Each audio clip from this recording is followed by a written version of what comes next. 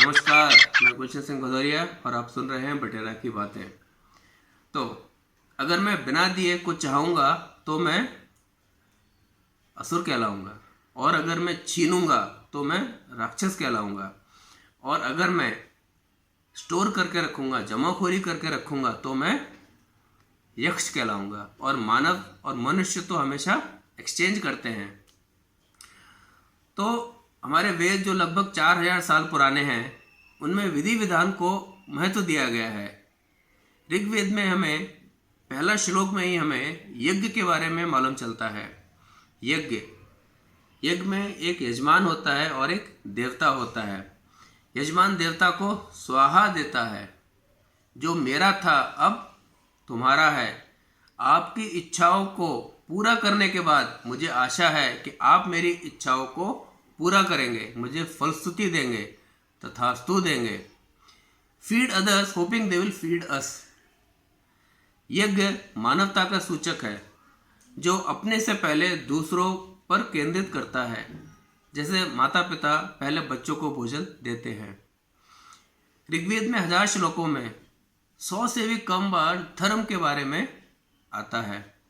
बाद में हमें पुराणों में, ब्राह्मणों में, उपनिषदों में हमें इसके बारे में एक्सप्लेनेशन मिलता है, जहाँ पर mighty take care of the meek. ताकतवर अपने से कम ताकतवर का ख्याल रखता है। समाज में अराजकता ना हो, इसीलिए राजा होता है। राजा अपनी प्रजा का ख्याल रखता है। विष्णु और मत्स्य पुराण में हमें पहली बार मत्स्य न्याय, जंगल लॉ के बारे में मालूम चलता है, जहां बड़ी मछली छोटी मछली को खाती है। Mighty eat the meek. संस्कृति प्रकृति पे निर्भर है, लेकिन प्रकृति के नियम संस्कृति में नहीं चलते हैं। मनु जो पहले मनुष्य हैं, वो एक छोटी मछली को बड़ी मछली से बचाते हैं। छोटी मछली को एक पॉट में रखते हैं। पॉट जो संस्कृति का प्रतीक है, मछली और जल जो प्रकृति का प्रतीक है। जब प्रलय आती है, फ्लड आती है, तो यही मछली मनु को उस प्रलय से बचाती है। भागवत पुराण में लीला पुरुषोत्तम कृष्ण एक बालक के रूप में पालने में लेटे हुए पूतना यमलार्जुन जैसे का उद्धार करते हैं। वे माखन चोरी करके हमें क्या प्रैक्टिकली बताना चाहते हैं? आपने देखा होगा कि नंद उत्सव में महाराष्ट्र में इसको दही हांडी कहते हैं या माखन चोरी कहते हैं। इसमें होता क्या है? इसमें होता यूँ है कि एक मटकी और दही हांडी काफ़ी ऊपर टंगी होती है, जहाँ पे न तो कम ताकतवर अकेला पहुँच सकता है और न ही ताकतवर अकेला वहाँ तक पहुँच सकता है।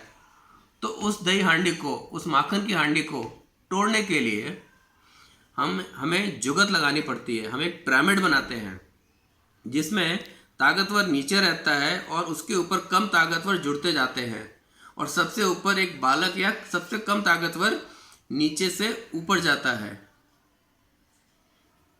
बाद में जो बालक है, सबसे कमज़ोर है, वो ऊपर दही हांडी को तोड़ के नीचे लाके सबके साथ शेयर करता है। ये माखन चोरी कहीं ना कहीं हमें अपने समाज में कोलैबोरेशन, टीम वर्क, शेयरिंग के बारे में बताती है। संस्कृति में कोलैबोरेशन, टीम वर्क का प्रतीक है। और वो जो बालक माखन लेके आता है, तो वानर, नर और नारायण तीनों मिलके खाते हैं। अगर हम अपने घर में, समाज में, सोसाइटी में मिलकर रहें, कोलैबोरेट करें, टीम वर्क में रहें, तो हमारा जीवन भी मक्खन की तरह मीठा और सॉफ्ट हो जाएगा। श्री कृष्ण कहते हैं, मक्खन और प्यार तो बांटने की चीज़ है, ऊपर तो सिर्फ अहंकार और अकेलापन ही रहता है। तो हमें स्वधर्म से राजधर्म की तरफ जाना है। हमें रणभूमि नहीं, रंग भूमि बनानी है। हमें पर आत्मा से जीव आत्मा की तरफ जाते हुए परमात्मा को समझना है। श्री कृष्ण को हम यज्ञ पुरुष भी कहते हैं। First I will take care of your hunger, then you may take care of my hunger. संस्कार को आकार देकर ही संस्कृति बनती है। जब माखन की बात आई है तो हमारे पुराणों में मंथन के बारे में एक विषय आता है। मंथन, मंदाचल पर्वत, कहीं हमारे मन के मंथन के बारे में तो नहीं है। जरूर देखिए अगले वीडियो में। आप इसको सब्सक्राइब कीजिए, ज़्यादा से ज़्यादा शेयर कीजिए। अनंत आख्यानों में छुपा है सनातन सत्य, वो अनंत है, कथाएं भी अनंत हैं। नमस्कार।